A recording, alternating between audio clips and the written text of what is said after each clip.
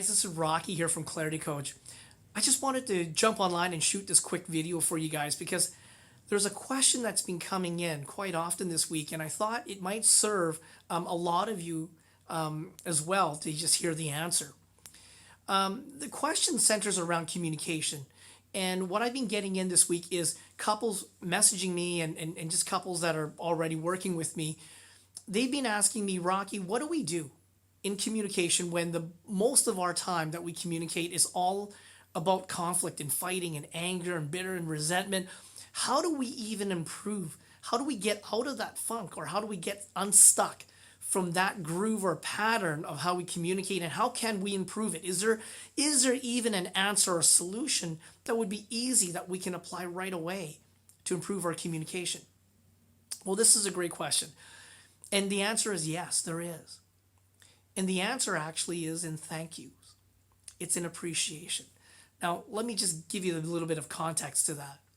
Where couples are stuck right now in communication is that couples spend way too much time communicating things that they hate about their partner.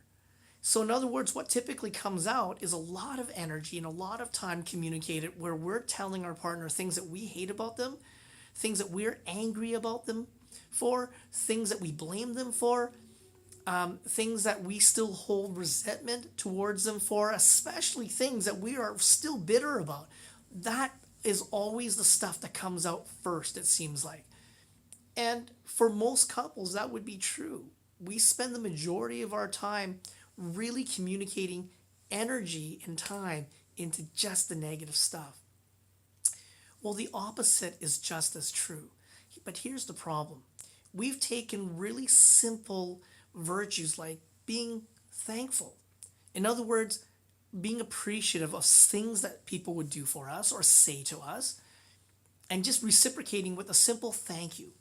We've taken that and we've distilled it down to a process where we're asking ourselves, does this person even deserve that? Does my spouse deserve me even saying thank you? Or does that action really even deserve a recognition? That's kind of how we've utilized thank yous. In fact, I guess the more horrible way to say it is that we've weaponized thank you, haven't we? But what if in its organic state, thank you is just a form of appreciation? It's just a polite and respectful way of me saying, hey, thank you so much for doing that for me. That meant a lot. And that's it. It's not about whether the person deserves it. And in reality, thank yous and appreciations were never about whether a person deserved me saying that or not. It was always about me just being polite and respectful to just simply say, hey, thank you. Thank you for that. Now, we do this all the time. This is what's interesting, is that every day there's somebody that's holding the door for us, and we say thank you. Why could we not say that to our spouse? Well, the simple answer is because we're still hanging on to the negative stuff, aren't we? We're still dogpiling on top of our spouse the stuff that we blame them for, that we're complaining about, that we're resentful for, that we're bitter about. We're trying to communicate that point across. So here's the thing, guys. The easiest and most simplest way to better your communication is to actually stop complaining, stop being bitter, stop being resentful, stop being angry, and stop blaming. Just stop it. And here's my challenge.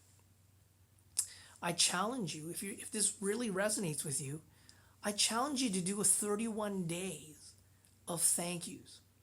In other words, every day, take the opportunity to thank your spouse for one thing. Appreciate them for one thing. And see what happens. Don't even let them know that you're going to do this. Just go and execute that.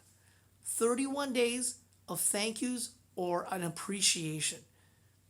Now, there's more to this, and I'll explain a little bit more, but that's the simple thing, guys.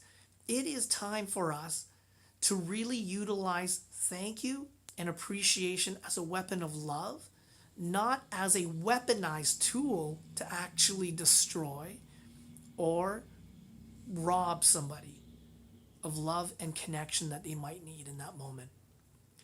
So there's my answer for you guys. That's my one simple advice for you as couples.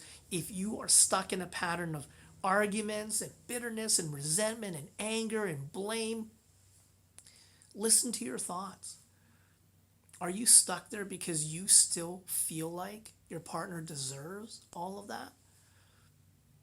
Are you willing to experience and explore in the next 31 days what could be just as true if you just showed up and gave your partner appreciation, recognition, by just simply saying thank you? And that's it. Now, here's the caveat. You might do this, and your partner still might, in the first 7 days, respond pretty reactive, pretty defensive to you. So here's where the rubber hits the road. You're not doing thank yous for a better reaction. You're doing thank yous, you're saying thank yous because it's the right thing to do to let your partner know what you appreciate about them. You're not doing it for a reward. Okay? So don't get caught in that pattern. So there you go. Here's my challenge. All right? 31 days of saying thank you to one thing, or recognizing them with one thing that you would appreciate about them. Go for it. Play on the court. All right? Do not be a bystander to your relationship. Get on the court. Play this out. Hope this has helped you guys. Hope it resonates with you. If it does resonate with you, leave your comment. I'd love to hear where you guys are stuck and how this little exercise has helped you guys change the way that you communicate, or just even give us all insight as to what has happened since you started doing the 31 days of thank yous. All right, guys, thank you very much for hopping on and just listening to me share this little idea about communication and how to better it. For more information, just hit me up down below, leave a comment, or you can email me directly at info@claritycoach.ca. Take care, guys. Bye-bye.